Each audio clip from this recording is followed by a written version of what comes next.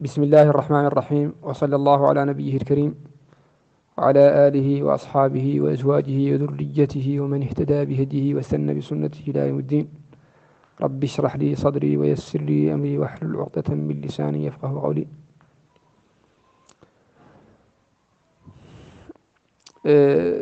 نحاول نمحى شوي عن فتح المغرب من عاش الصباح، وإن كان أصلا باحثون عناه بعض في تاريخ فتح المغرب من صعوبات كبيرة، اللي من أبرزها المعلومات المتناقضة فيما بينها من حيث الترتيب الزمني، وذلك يرجع إلى النقل الشفهي قبل التدوين، وعن الروايات كانت شفهية أولا ثم دونت، مما يجعلها هذه الروايات الشفهية عرضة للتبديل أثناء تنقلها من الرواة.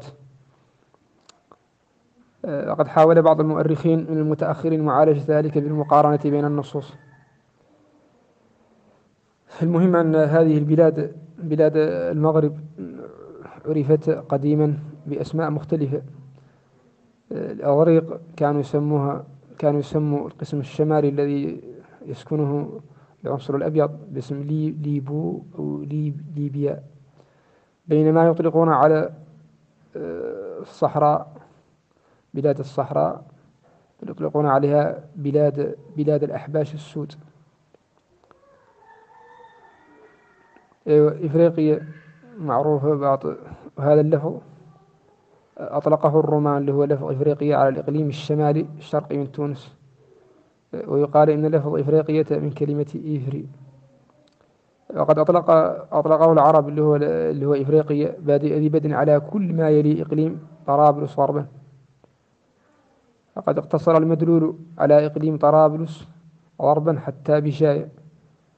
وإفريقية في معظم المصادر العربية تعني الإقليم الذي تتوسطه القيروان. هذا بالنسبة لإفريقيا. وكرباط ابن خلدون في المقدمة: أما الاسم الأعم وهو المغرب فهذا يشمل كل ما يلي مصر غربا حتى المحيط الأطلسي، وتتوسطه إفريقية. وتنقسم بلاده اللي هو بلاد المغرب إلى 4 أقسام: 1 برقة وإطرابلس، وهما أول كرة من جهة الشرق. 2 إفريقيا، ويسميها العرب بالمغرب الأدنى لأنها أقرب إلى بلاد العرب ودار الخلافة بالحجاز والشام. وقاعدة إفريقية هي القيروان. 3 المغرب الأوسط، ويمتد من تاهرت حتى وادي ملوية وجبال تازة غربا. وقاعدته تلمسان وجزائر بني مزغنة. 4 المغرب الأقصى، وسمي بذلك لأنه أبعد أقسام المغرب من دار الخلافة، ويمتد من واد ملوية شرقا حتى مدينة آسفي على المحيط الأطلسي غربا، وجبال درنا جنوبا. وقد واجه العرب عند فتحه اللي هو المغرب صعوبات كثيرة، كان فتح استغرق نحو 70 سنة، بينما استغرق فتحهم لمصر والشام والعراق وفارس، بلاد فارس، أقل من 10 سنوات. ويرجع ذلك إلى عوامل، منها عامل جغرافي ناشئ من طبيعة بلاد المغرب الجبلية وعرة مسالكها، عامل اجتماعي وهو النعرة القبلية المعروفة في المغرب، وعامل نفسي مع نتج عنه تكتل وتضامن بين قبائل البربر ضد الفاتحين. بارك الله فيكم. بسم الله الرحمن الرحيم. ما شاء الله لا قوة إلا بالله، تبرأت من حولي وقوتي واعتصمت بحول الله وقوته. رب اشرح لي صدري ويسر لي أمري واحلل عقدة من لساني يفقه قولي. الحمد لله رب العالمين، والصلاة والسلام على سيد المرسلين على آله وأصحابه وأزواجه وذريته ومن اهتدى بهديه واستنى بسنته إلى يوم الدين. نواصل موضوع أمس. ينقسم البربر إلى مجموعتين: البربر الحضر ويسكنون السهول الخصبة والمدن، والبربر الرحل ويعيشون على الرعي ويميلون للإغارة على السهول وما يجاورهم من عمراء. ولما افتتح العرب بلاد المغرب ولاحظوا التشابه الكبير بينهم وبين البربر في انقسامهم إلى قبائل وبطون وفي صفاتهم كالشجاعة والخشونة وحب القتال وحدة الخلق، قسموا البربر إلى قسمين: برنس ومادغيس الأبتر، على نحو انقسامهم إلى قحطانيين وعدنانيين. وينسب البتر إلى مادغيس بن بر الملقب بالأبتر فسموا لذلك بترا، وينسب البرانس إلى برنس ابن بر فسموا لذلك برانسا. وعند ابن خلدون أن البتر والبرانس من ولد مازيغ بن كنعان بن نوح عليه السلام. وقد سار عمرو بن العاص رضي الله تعالى عنه على رأس جيش من فرسانه غربا حتى قدم برقة التي كانت تعتبر امتدادا لمصر وإقليما متمما لها، إذ أنها تشاور لوبيا ومراقيا، وهما كورتان من كور مصر الغربية.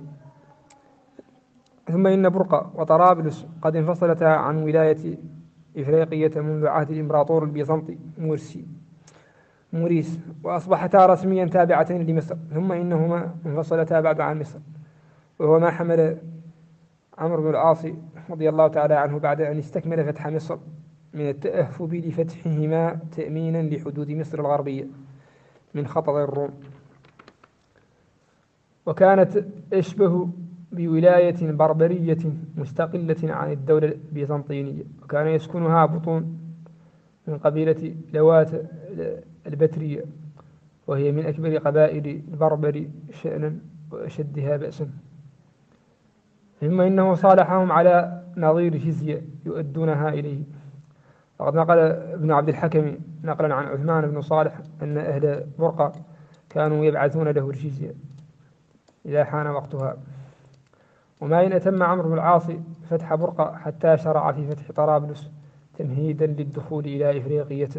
كان الأمر يستلزم أن يجهز جيشين، أحدهما يسير بحذاء الساحل بقصد الاستيلاء على طرابلس وما يليها من مدن ساحلية، والثاني يتجه نحو جوف البلاد حيث الواحات الداخلية التي تؤلف مراكز المقاومة في قلب البلاد.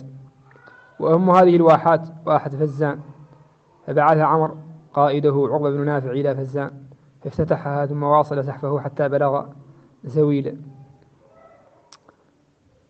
ونجح عقبة في مهمته، وأصبحت المنطقة الممتدة ما بين برقة وزويلة مأمونة الجانب، لا خوف على المسلمين من سكانها.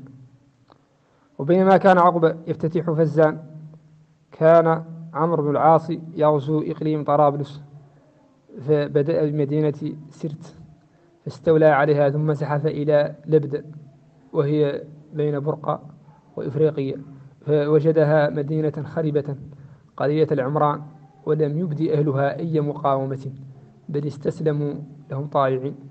ثم واصل سيره بعد ذلك حتى أدرك طرابلس، وكانت مدينة حصينة مسورة من سائر الجهات ما عدا الجهة الشمالية التي تطل على البحر، وذلك لتتلقى من هنالك الإمدادات. وكان عمرو رضي الله تعالى عنه قد بعث أثناء حصاره لطرابلس قائده بسر بن عطاء إلى ودان فافتتحها. ويعتقد أن المسلمين افتتحوا ودان وسبرت بقصد القضاء على أي محاولة من جانب بربر نفوس لنجدة أهل طرابلس، وفي نفس الوقت لتأمين فتحهم للساحل على نحو ما فعله عمرو عند افتتاحه برقة، إذ ضمن خضوع زويل وفزان للمسلمين خشية أن ينقض أهل هذه المناطق الداخلية على جيوشه فيقطعون عليها خطة الرجعة. وكانت أخبار انتصارات العرب في برقة وطرابلس وفزان وزويلة ودان قد وصلت إليه، فاحتاط لنفسه وبادر بتحصين بلاده وإقامة محارس. ويدل على ذلك أن الإدريسي ذكر أن الساحل الممتد ما بين قابس وسبرت كثير القصور والحصون، ومنها قصر زيشونة وقصر بني مأمون وقصر الجرف وجزيرة جرب وقصر بني خطاب وقصر الزارات وقصر بني لكومين وقصر الهرى وقصر جرشيس وقصر صالح وقصر كوطين وقصر بني ولول وقصر مركيا وقصر عفسلات إلى آخره. ويقول ابن عذارى وكتب إلى أمير المؤمنين عمر بن الخطاب رضي الله تعالى عنه يخبره بما أفاء الله عليه من الفتح والنصر، وأن ليس أمامه إلا بلاد إفريقيا وملوكها كثيرة وأهلها عديدون وأكثر ركوبهم الخيل. ويستدل من رد الخليفة عمر بن الخطاب رضي الله تعالى عنه على كتاب عمرو بن العاص أن الخليفة كان مطلعا على الأحوال السياسية في إفريقيا.